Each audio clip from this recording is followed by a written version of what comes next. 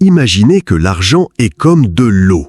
Pour la plupart, c'est une rivière qui coule devant eux dont ils ne peuvent tirer que ce qu'ils peuvent atteindre. Pour quelques-uns, comme les vrais millionnaires, l'argent est comme un système de barrages, de canaux et de turbines qui garantit que la rivière ne tarit jamais et coule à leur avantage. Ce n'est ni de la chance, ni de la magie, c'est de la stratégie. Aujourd'hui, nous partageons 10 astuces géniales qui peuvent changer votre relation à l'argent et faire la différence entre travailler pour l'argent toute votre vie ou le faire travailler pour vous. Respirez profondément, car ce qui vous attend n'est pas une motivation vide de sens, mais une connaissance qui vous donne du pouvoir. Écrivez dans les commentaires « Je suis riche et j'attire la richesse » et laissez ce message résonner dans votre vie dès aujourd'hui. Stratégie 1. Considérez la dette comme un fonds de roulement. Pour la plupart des gens, emprunter de l'argent est un signe de faiblesse, presque un cri silencieux indiquant que quelque chose ne va pas. Mais pour les hauts dirigeants du monde financier, la dette n'est pas un fardeau, mais une arme stratégique. On emprunte non pas par manque de fonds propres, mais parce que les capitaux propres sont trop précieux pour être dépensés en une seule fois. Richard Branson l'a exprimé succinctement. Les capitaux propres sont le moteur d'une entreprise. Ne dépensez jamais tout votre capital d'un coup. La différence réside dans l'état d'esprit. Un entrepreneur moyen pense « si j'ai de l'argent, je l'utiliserai pour le projet ». Un millionnaire pense « si j'ai de l'argent, je le conserverai pour la production et j'utiliserai l'argent des autres pour mon expansion ». Dans les années 1980, lorsque Branson a voulu développer Virgin Atlantic, il n'a pas risqué la totalité de ses capitaux propres. Il a plutôt contracté des emprunts garantis par des actifs plus modestes, des biens immobiliers non essentiels, des équipements et même des contrats futurs. Cela lui a permis d'investir dans des avions, des lignes aériennes et des activités marketing sans toucher à son capital. Ce principe est crucial. Si vous investissez 100% de vos capitaux propres dans un projet, tout est en jeu. Cependant, si vous financez 70% de votre capital par des prêts bien négociés, vous pouvez investir les 30% restants dans d'autres entreprises ou actifs. Les personnes fortunées savent que l'endettement utilisé judicieusement et sans précipitation est comme le vent dans les voiles d'un navire. Il accélère la navigation au lieu de la faire couler. L'essentiel est d'évaluer la direction et la force de ce vent. Stratégie 2. Utilisez ces actifs comme des clés pour ouvrir des portes. On ne demande jamais d'argent simplement, on peut toujours proposer quelque chose. Dans le monde de la finance, vos actifs sont plus que de simples possessions, ce sont des clés qui ouvrent des portes. Les millionnaires utilisent des actions, des biens immobiliers, des obligations d'entreprise et même des brevets comme garantie pour obtenir des prêts à des taux d'intérêt plus bas et des conditions plus flexibles. C'est la différence entre emprunter comme un risque pour le prêteur et emprunter comme une opportunité pour lui. Jeff Bezos en est un parfait exemple. Durant plusieurs phases critiques de croissance d'Amazon, notamment entre 2000 et 2010, Bezos n'a pas vendu d'actions pour financer des expansions majeures. Il a plutôt utilisé la dette garantie par la valorisation en constante augmentation de l'entreprise. Cela lui a permis d'ouvrir de nouveaux centres de distribution, d'investir dans Amazon Web Services et de lancer des services comme Prime, le tout sans diluer sa participation. Pourquoi est-ce si important? Parce que vendre une participation peut être plus coûteux que payer des intérêts. Si vous vendez 10% de votre entreprise valorisée à $1 million aujourd'hui, vous recevrez $100 000. Cependant, si votre entreprise atteint un jour $100 millions, les 10% cédés aujourd'hui vous coûteront $10 millions en valeur future. Utiliser stratégiquement des actifs comme garantie permet non seulement de conserver le contrôle, mais aussi de multiplier les rendements. C'est comme hypothéquer une maison pour construire une structure génératrice de revenus. Vous ne perdez pas la maison et vous recevez également un flux de revenus bien plus important. Écrivez dans les commentaires « J'embrasse le succès et le bonheur dans ma vie » car comme un atout qui soutient un grand projet, vos croyances fortes peuvent soutenir vos plus grandes réussites dans la vie. Stratégie 3. Ne vivez pas de votre salaire, mais de capitaux empruntés. La plupart des gens vivent d'un seul moteur économique, un salaire fixe. Bien que stable, ce revenu est limité et dépend du temps et des efforts personnels. Les millionnaires, quant à eux, savent que la véritable puissance financière ne réside pas dans le fait de travailler pour l'argent, mais dans le fait de faire fructifier leur argent et leur patrimoine. L'une de leurs stratégies les plus astucieuses consiste à convertir leurs actifs en liquidités sans les vendre. Comment y parviennent-ils? Grâce à des prêts garantis par leurs investissements, actions, obligations, fonds indiciels, voire crypto-monnaies. Par exemple, au lieu de vendre 1 million de dollars d'actions et de payer jusqu'à 20% ou 30% d'impôts sur les plus-values, un investisseur fortuné peut contracter un emprunt à un taux d'intérêt de 3% à 5% par an et utiliser ces mêmes actions comme garantie. De cette façon, 1. Ils conservent la propriété de leur investissement et continuent de bénéficier de sa plus-value. 2. Ils évitent la charge fiscale qu'entraînerait une vente. 3. Recevez immédiatement des liquidités pour vos investissements, le développement de votre entreprise ou même vos dépenses personnelles. Cette étape permet non seulement de préserver votre capital initial, mais aussi d'assurer sa croissance régulière. C'est comme une poule aux œufs d'or. Vous ne la vendez pas pour un gain rapide, mais vous continuez à la nourrir et chaque œuf est une source de revenus que vous pouvez utiliser stratégiquement. Maintenant, dites « J'accepte le succès, l'argent et le bonheur dans la vie », car tout comme pour une bonne propriété, vos décisions d'aujourd'hui peuvent préserver et multiplier votre liberté demain. Stratégie 4, l'immobilier, une armée autosuffisante. Pour beaucoup, l'achat d'une maison marque la fin de leur carrière financière. Une maison pour vivre, un prêt immobilier à rembourser et, après 20 ou 30 ans, la satisfaction d'être propriétaire. Pour les plus fortunés, en revanche, l'immobilier n'est que le premier soldat d'une armée bien plus vaste. Ils considèrent l'immobilier comme une unité productive qui génère des revenus dès le premier jour. La clé est d'acquérir des biens immobiliers capables de rembourser une dette tout en générant un bénéfice mensuel. Exemple pratique. Vous achetez un immeuble de 10 appartements et contractez un prêt sur 20 ans. Chaque appartement coûte 800 $ de loyer par mois. Le revenu total est de 8 000 $ par mois. Après avoir payé l'hypothèque, les impôts, l'assurance et l'entretien, il reste un flux de trésorerie net de 2 000 $ par mois. Ce flux de trésorerie n'est pas une dépense, il est réinvesti dans de nouveaux achats. Et une fois la dette remboursée, les revenus passifs montent en flèche. C'est ainsi que les grands investisseurs accumulent des dizaines, voire des centaines de propriétés, ils réinvestissent leurs bénéfices et utilisent la dette comme levier de croissance.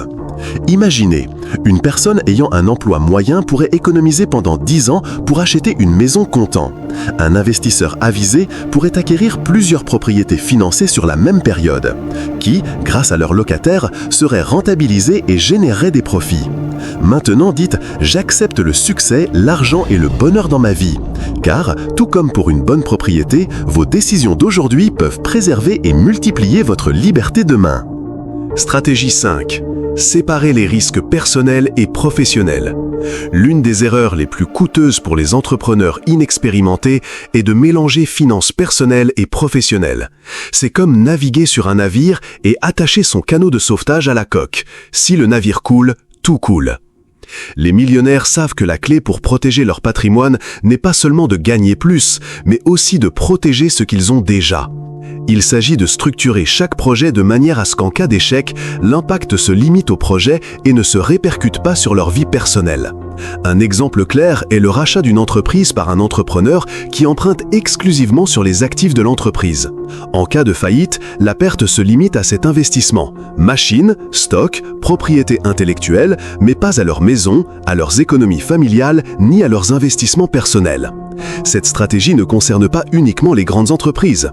Les propriétaires de petites entreprises qui ouvrent un restaurant, une boutique en ligne ou un centre de service peuvent également appliquer ce principe en créant une entité juridique distincte, par exemple une société à responsabilité limitée, et en séparant complètement leurs comptes, leurs contrats et leurs dettes.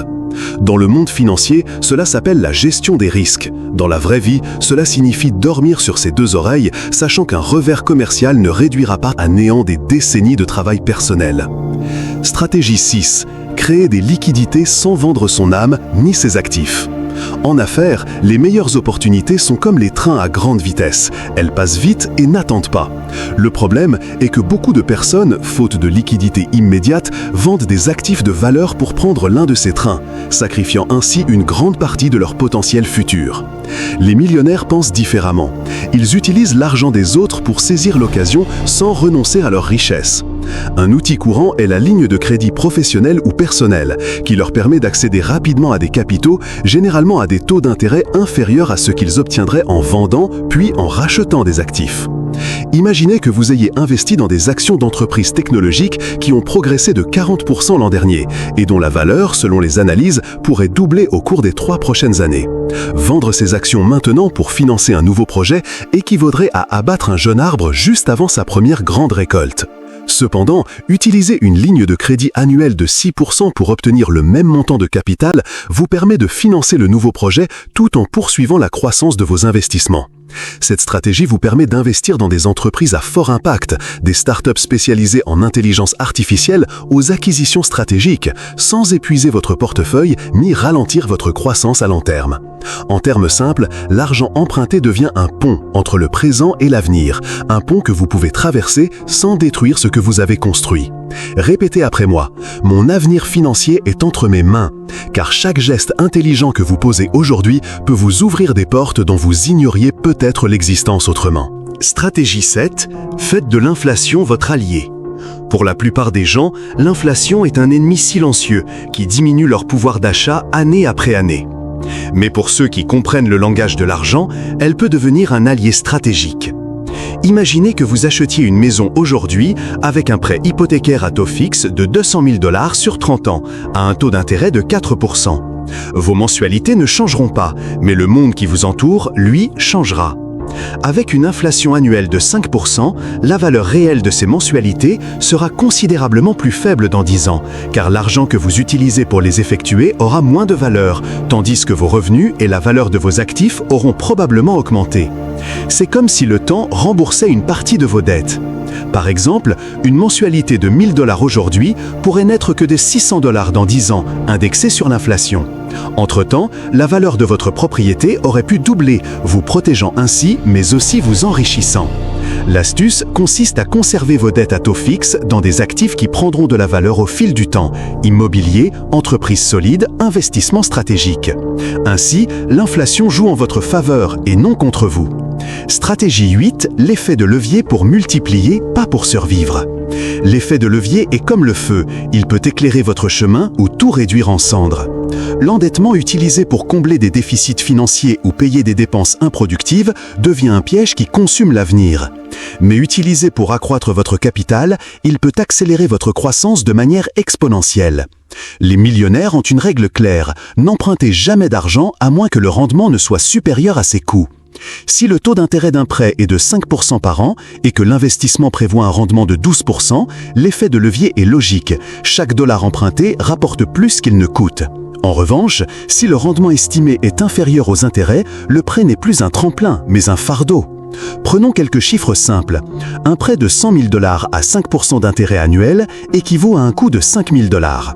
Un investissement avec un rendement de 12% équivaut à un bénéfice de 12 000 $.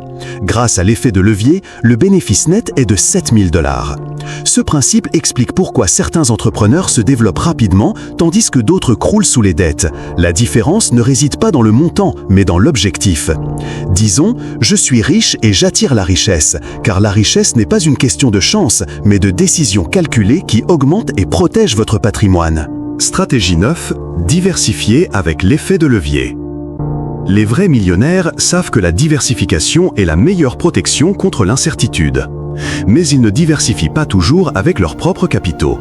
Ils ont souvent recours à un financement par emprunt stratégique conçu pour ouvrir plusieurs portes simultanément. Imaginez qu'un investisseur reçoive une ligne de crédit de 2 millions de dollars à 5% par an. Au lieu d'investir la totalité de cet argent dans une seule entreprise, répartissez l'argent en 4 catégories. 500 000 $ dans la technologie, investi dans une start-up avec une croissance annuelle prévue de 25%. 500 000 $ dans les énergies renouvelables, où des contrats à long terme garantissent un rendement stable de 12%. 500 000 $ dans l'immobilier commercial, avec un rendement locatif annuel de 9%. 500 000 $ en capital investissement, investi dans une entreprise qui distribue ses bénéfices trimestriellement. Chacun de ces moteurs fonctionne indépendamment. Lorsque le secteur technologique subit une récession, l'immobilier et les énergies renouvelables continuent de générer des flux de trésorerie. Lorsque le capital privé tarde à porter ses fruits, la technologie et les revenus soutiennent le progrès. L'endettement n'est pas l'objectif, c'est le carburant qui alimente plusieurs moteurs simultanément. Et comme tout bon carburant, il doit être utilisé avec précision. Trop et le système explose, trop peu et le mouvement est lent. Stratégie 10. Maintenir le contrôle mental et émotionnel. Au-delà de tout calcul, graphique ou projection, un avantage distingue le millionnaire des autres, son bon sens. Ceux qui se laissent dominer par la peur face à l'endettement perdent la partie avant même qu'elle ne commence. Ceux qui ne voient que des chiffres froids et des menaces ne parviendront jamais à transformer un fardeau en un pont vers la croissance. Les riches pensent différemment. Ils ne voient pas de passif, ils voient l'effet de levier. Ils ne paniquent pas, ils sentent la stratégie. Ils ne se noient pas dans les chiffres, ils les façonnent. Par exemple, si une entreprise a 10 millions de dollars de dettes, un entrepreneur expérimenté ne se demande pas comment les rembourser, mais plutôt comment rentabiliser cette dette en 5 ans. Et cette question conduit à des renégociations des taux d'intérêt, à la vente d'actifs non stratégiques ou à de nouvelles sources de revenus qui transforment un poids mort apparent en un actif dynamique. Ce n'est pas de la naïveté, c'est une discipline émotionnelle étayée par des données. Il sait qu'un graphique qui apparaît au rouge aujourd'hui peut devenir noir le trimestre suivant avec la bonne stratégie. Il sait qu'on gagne en finance non pas par des réactions impulsives, mais par le calme et le calcul. Il commente « J'accepte le succès et la chance dans ma vie, car avant de conquérir un marché, il faut conquérir son esprit. » Toutes ces stratégies ont un point commun. L'argent ne reste jamais immobile. Il n'est jamais confondu avec la personne qui le gère et il est toujours utilisé avec un objectif clair en tête. Les millionnaires ne pensent pas seulement à gagner de l'argent. Ils envisagent de construire un système où l'argent, le temps et les opportunités fonctionnent de concert. Vous pouvez jouer le même jeu à n'importe quelle échelle. Il vous suffit de changer votre attitude envers l'endettement, l'investissement et le risque. Et si tout cela vous a séduit aujourd'hui, si l'une de ces idées vous a enthousiasmé, rappelez-vous, ce n'est pas le montant dont vous disposez qui compte, mais la stratégie que vous utilisez.